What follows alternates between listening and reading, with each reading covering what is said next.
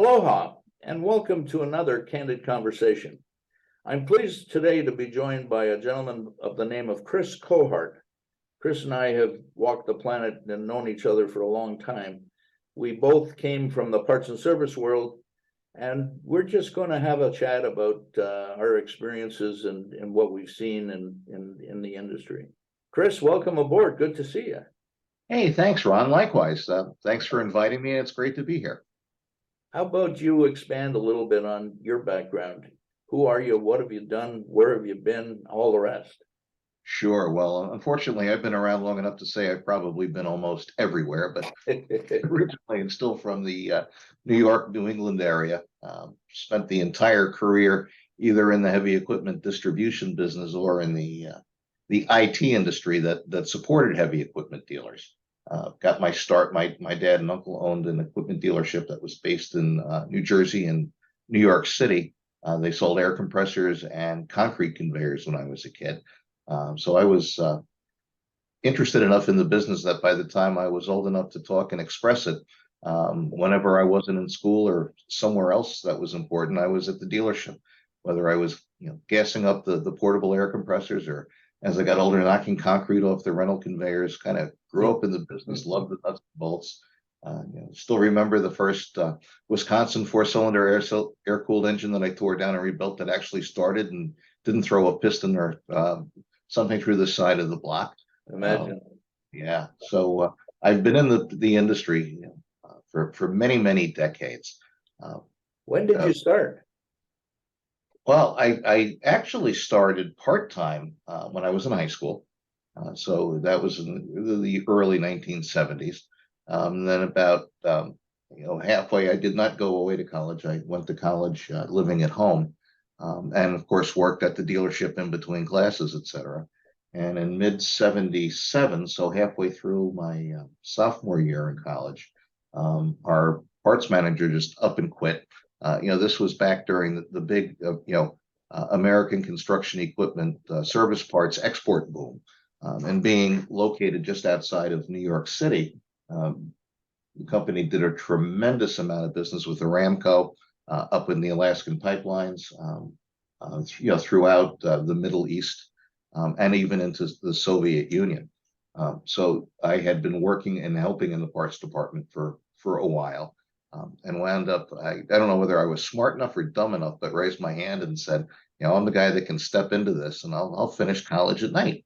So convinced my employer, who happened to be my old man and my best friend, that was the best thing to do. So I wound up taking over the parts operations, and about 80% of what I did in volume was international. So spent a lot of time at the World Trade Center with the guys from Aramco. That's where their U.S. or the New York operation was based. Also with AGIP, which is the Italian National Oil Company, which was a fantastic ride. Actually, we had a couple of recessions here that some of us older folks might remember in the late 1970s that brought the prime rate up over 20%. And we had a nice gentleman with a sweater who couldn't quite understand energy policy sitting in the White House, which did wonders for our business internationally. We actually crashed the construction market. So that kept the company afloat for a few years, which was a lot of fun.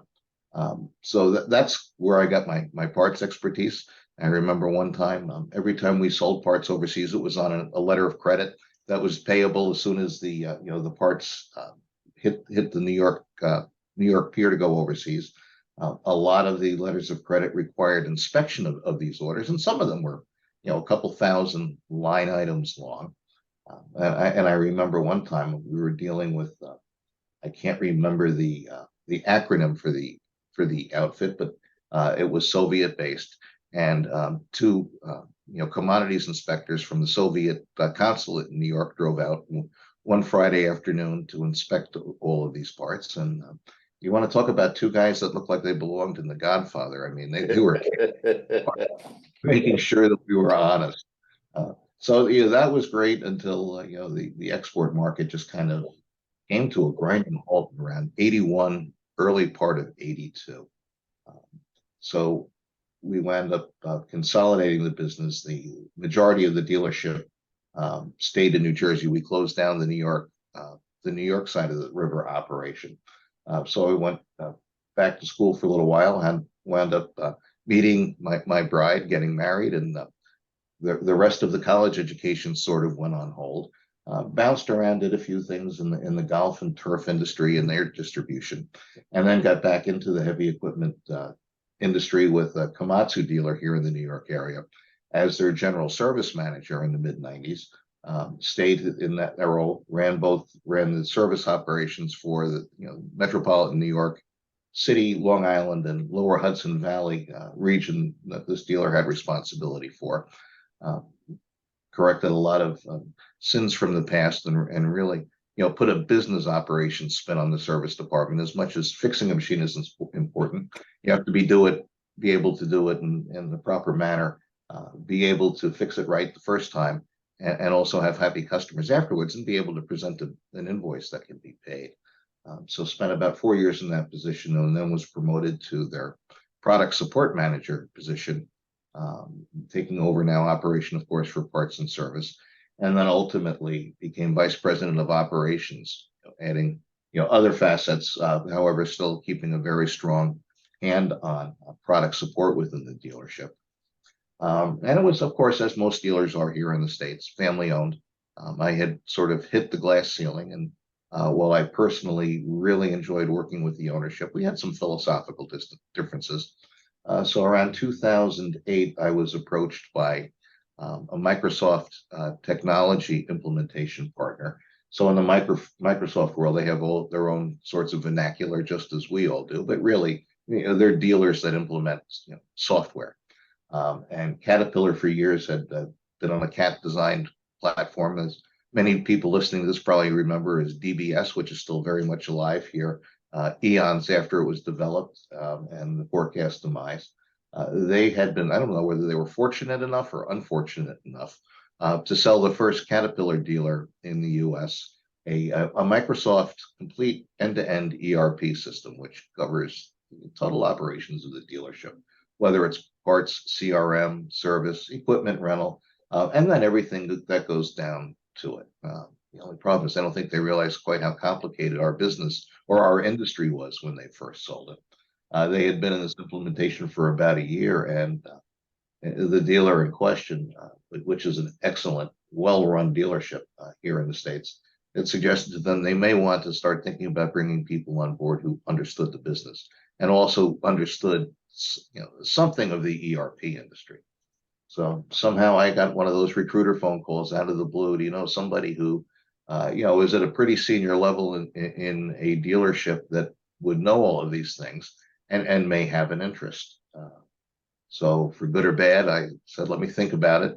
I brought it home, discussed it with my wife, and she said, look, why not? So I made a phone call the next day and said I might be interested. And the next thing I knew, I was on a plane to go for an interview because I fit the profile perfectly. And my start date with this outfit happened to be July 1st, 2008. Again, right at that, as the tsunami of the perfect storm was coming through in Preston.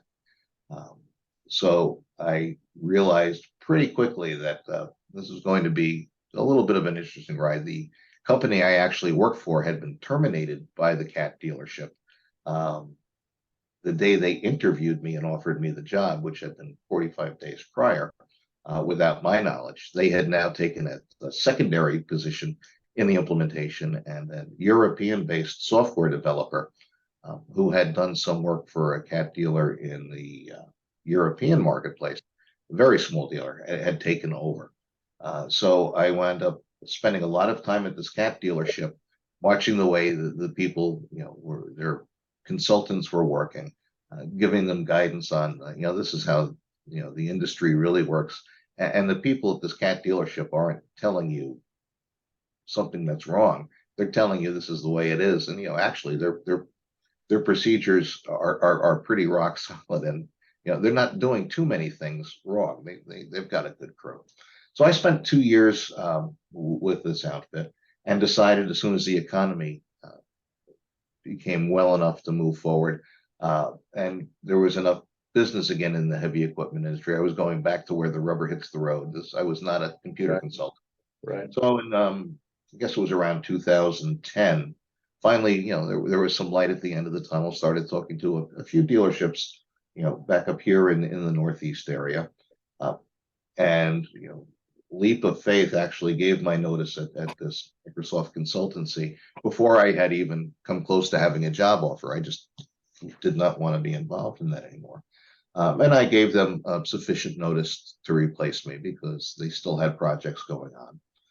During that time, the individual who ran the company that took the implementation business away from this cat dealer approached me and had a vision of going direct into the marketplace here in the US and worldwide. This Caterpillar dealership that I've been working at as a consultant was scheduled to go live pretty soon, and it was going to be a success. It looked like everything was working great. And somehow, as they say, I drank the Kool-Aid, decided to go on. I was employee number 2 here in the US, took over as their global executive vice president, responsible for sales, and then also building a U.S. team. And over the next 6 years, built a relatively successful operation, sold and implemented the software at more than a dozen Caterpillar dealers, globally, including Microsoft's biggest ever Dynamics ERP sale in the Asia Pacific region at a Caterpillar dealership. And then in 2016 left and went to work for a different consultancy. And finally, about 2020, in the middle of COVID, just got tired of the global travel. I think I've logged. I think my Delta card tells me I have 2 million miles logged, and that's within about a 10-year period. So just about had enough. So since then, I've been doing a little consulting work for dealers that are looking to improve their processes, and also potentially looking at whether it makes sense to stay on the platform they're on today or move to a new ERP platform, and just really enjoying life. So that's a little bit more on than the 30-second elevator speech. No, that's perfect. It gives everybody a pretty good idea of the depth and breadth of what you've done. I had a similar start in parts. I was hired on a contract to fix a computer problem. I wanted to work for IBM when I came out of school, and IBM in the late 60s wasn't hiring. So we've walked similar ground. It's interesting to look backwards, because I think today we're stuck. We're in a rut. I don't know what I want to attribute it to, other than the fact that I think there's been a delay of leadership from one generation to the next. I think there's a lot of people that are my age, which is older than you, that still run most of the dealerships rather than 50-year-olds. And they're risk averse, they're status quo protectors. They don't want to change too many things at a time when we desperately need change. And where the younger generations, the X's and the Z's, or the alphas, the latest, they're not going to sit around and wait. If they're not learning something, they're gone. That's probably been the biggest change. When I came in, I think the same with you, we were rather obedient. We did what we were told. Absolutely. Yeah. That's not the case anymore. And I don't know that I'm being too strong about that. It's interesting. My granddaughter who's taking a master's, she's 21. And she's a smart kid. And you should see the debates we have. Holy mackerel. But she's not going to back down. Neither does my grandson, who's 17, nor my daughter for that matter. Maybe I provoked that kind of thing, but it's much more so a debate about things. Why do you do it that way? Well, because we've always done it that way. It doesn't work anymore. That's right. It's really interesting. And change has always been difficult, but with virtual reality, artificial intelligence, business intelligence, telematics, sensors everywhere. I mean, we have opportunities now to improve the equipment world in a really dramatic way. You're absolutely right. And I've seen it now for more than 20 years. When telematics first came out, I guess sometimes the dealer principals would refer to me as the propeller head because I was looking at the technology and already figuring out how I was going to put it to work and make some money. And as you mentioned, telematics was one of them. We ran a pilot program for a large customer out on Long Island, east of New York City. That was extremely successful. Just showing, and this is back in the day where it was basically hour meter and geolocation. You could geofence. That was it, and that was just mind-boggling technology. Everything you have today. Just imagine, the service department that can call a machine owner and tell him we're already on our way. We're getting this error message. We'll be there at lunchtime to confirm what we think. But if that's the case, we may need to down your machine for 4 hours because if you don't, you're going to blow a wheel seal and you're going to wind up destroying, a front planetary on a machine, which is now catastrophic. And being able to go confirm and either do a battlefield repair or schedule it so the machine's back up in a day instead of, a week or even longer. That's just, an oversimplified example of what can be done. There are so many different ways that we can take today's technology and use it not only to improve our customer satisfaction or our pins, but also to increase our cash flow, increase our revenue, and what goes to the bottom right hand corner every month. Whether it's just down to better ways to monitor and close your whip in time. There are so many different things, as you mentioned, these tools with AI, with telematics, with all the integrations and the ability to have information pushed to you instead of going look for it. Even if you're on a 50-year-old green screen business platform, you can still do it. And I just don't see the adoption and the enthusiasm around it that should be out there. I don't understand that. There's always, it's almost like there's something wrong with us, Chris. You can always do better. It's I guess curiosity is an affliction. It's not common. But I really get troubled with the whole process of development, whether it's process development, technological development, personal development, whatever it is. A friend of mine has a couple of PhDs from MIT, and he's sitting on 13 or 17 patents pending, whereby he'll be able to control your computer screen with his eyeball. No keyboard, no voice recognition. And I'm sitting in a bar having drinks with him about 4 or 5 years ago, and he showed me this. I couldn't believe it.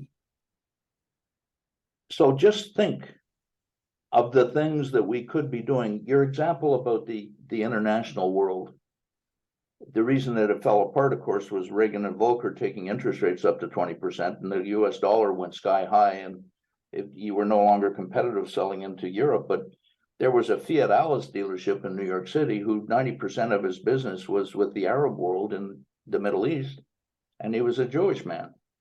Yeah, no, I've met him quite a few times. Yeah, he's a great guy, and it was one of the last times I was in New York City for work. He was in the shadow of Shea Stadium, if you remember. Yep, he was over in College Point. Yep. Yeah, to get to his office, you had to go upstairs, and the door at the bottom was buzzer open. The door at the top was buzzer open, and he had a gun in his desk, and he had another door that went down to his shop where a car was parked indoors. And he drove home, and he was in a gated community. I said, "What the hell kind of life is this?" But that type of circumstance, the import-export business, I think is fascinating. And today in the parts business, Chris, as you well know, you can buy construction equipment parts, Caterpillar parts, Deere parts on Amazon. That's right. Electronic catalogs, here we are. How come the dealers don't have internet-based ordering processes that work? They have them, but I'm not particularly happy with them. Yeah. No, again, Ron, these are all areas that even a small dealership, a 2-location dealership that doesn't do, 500 million north per year in turnover.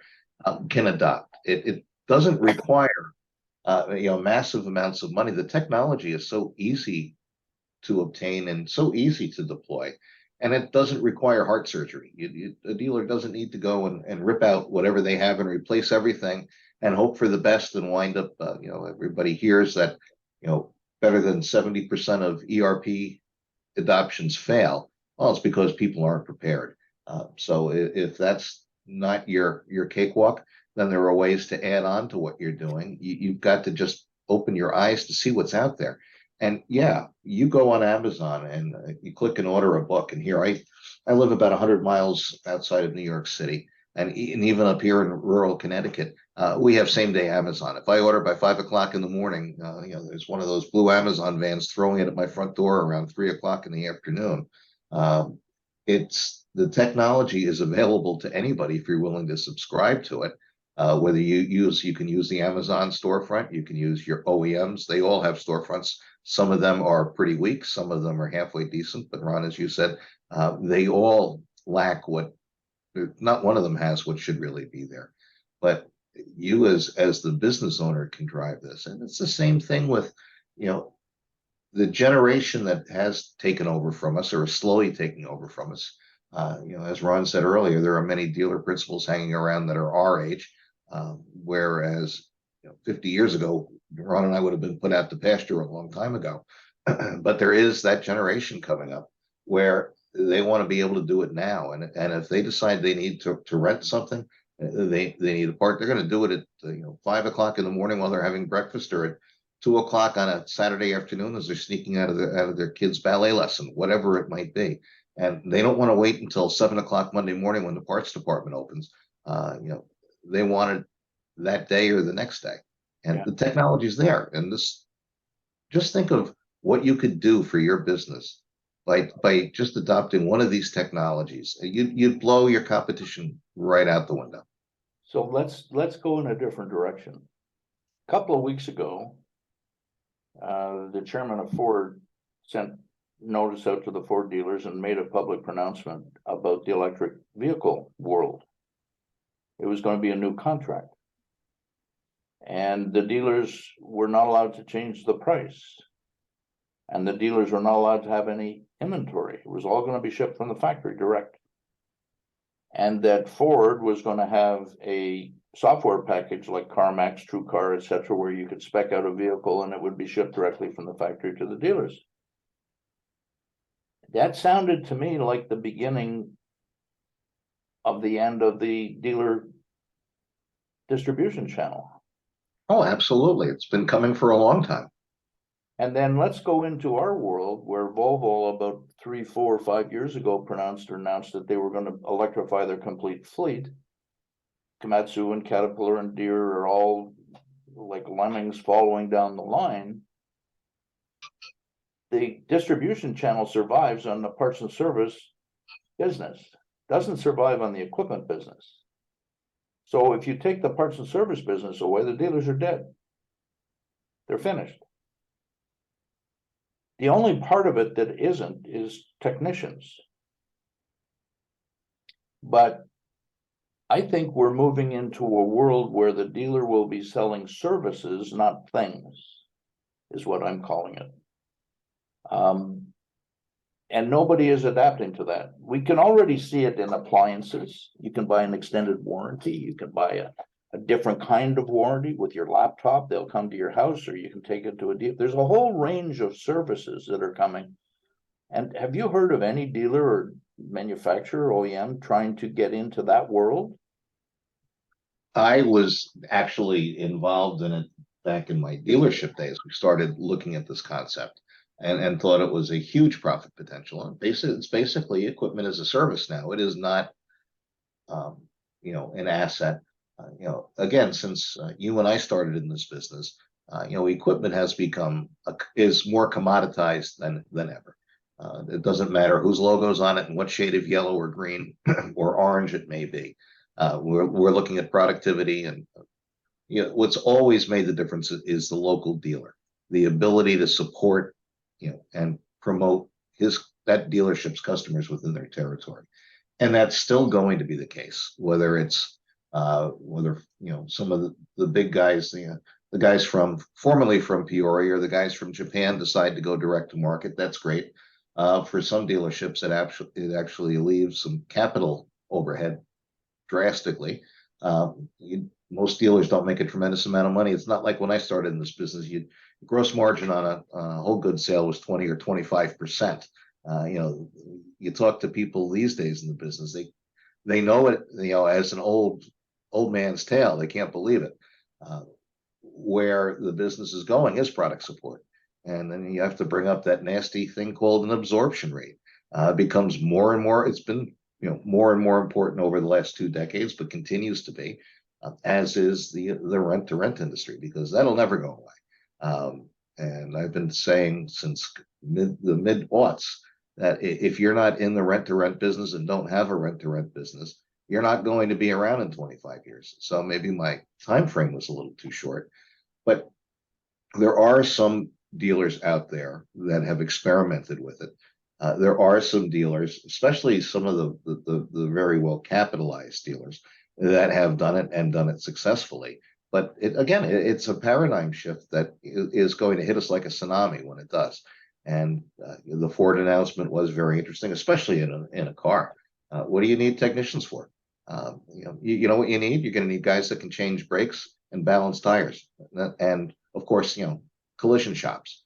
But short of that, the batteries go dead, the batteries fail, you replace the batteries. That's not a technician. That's just almost a robot. You don't need any real expertise to do that. You'll need to be able to diagnose some of the onboard software, but again, you plug your laptop in, and AI and the way we've come with modern technology, it pretty much self-diagnoses, and you don't need to have any real intelligence to be able to fix it. So yeah, that's where we're going. I don't know if we'll see it in the next 5 or 10 years, but it's going to be predominant by mid-century, at least in my humble opinion. Yeah, one of the people is our contributors. His name's Ed Gordon. He's written about 20 books. Also has a couple of PhDs. He got my attention with a book called Job Shock, and he's in the desert in California. He lives in Chicago, but he's in the desert in the wintertime trying to get away from the cold. So we have lunch occasionally, and we talk back and forth. Ed has said and published that by 2030, 50% of the American workforce, that's 80 million people, will not have the skills required to be employable. So your comment about technicians, we're always going to need them, but a lot of the other jobs are going to be gone. Kiosks to place orders. There was an interesting case that I read the other day. A man's in Atlanta, Georgia, and he has a serious heart problem. He's in the hospital. He needs surgery. There's only one surgeon within 100 miles that can do it, and he's at his country house. They call him, he changes and gets in his car and comes to perform the surgery. It's a 3 or 4 hour surgery. It'll save his life. And about halfway there, the car breaks down. He gets on the phone, calls AAA, whatever, and they dispatch a technician. The technician comes out, he diagnoses the problem, he fixes it, doctor drives away, gets to the hospital, performs the surgery, the patient lives, everything's a success. So the rhetorical question at the end was, who do you thank? The doctor or the mechanic? The doctor never would have got to the hospital had it not been for the mechanic. That's right. And over the last, I think it's 15 years, it might be a little different. 50% of the technical schools in America have shut down for lack of attendance. And again, I'm going in a different direction, but we've been pounding, you got to have an undergraduate degree or greater for the longest time in our society, forgetting that blue collar, Mike Rowe, dirty jobs are critical. Absolutely. For life. Yeah, well, but we've done such a good job of making that avocation unsexy. Nobody wants to get their hands dirty anymore. Well, in California, about 10 years ago, they were wearing lanolin-lined gloves as mechanics because they wanted to hold their, I remember in the old days, you do too. You have a Christmas party at the dealership. Mechanics were the guys that had their hands in their pockets. Yep. Because they couldn't get the grease and oil out from under their fingernails. That's right. It's and like you mentioned, technology. The technology on a machine today, I don't know, you might have seen it, the augmented reality YouTube from BMW, where a mechanic walks into his shop at his toolbox, which is in front of a car with the hood up. And he puts on a pair of glasses and he looks in the engine compartment and he sees the whole schematic. Yep. Pushes a button and the glasses start telling him what to do. That was almost 35 years ago. I know. It's amazing. But I think you're on a timetable, and I don't want to exceed it and take advantage of you, but I think this has been a worthwhile conversation, Chris. I'd like to do this again if you wouldn't mind. Absolutely, Ron. Always a pleasure. It's, we need to get together and chat more often. I agree with that. So let me thank you and thank the audience. Mahalo to everybody who's watched this candid conversation. I look forward to another one in the near future. Mahalo.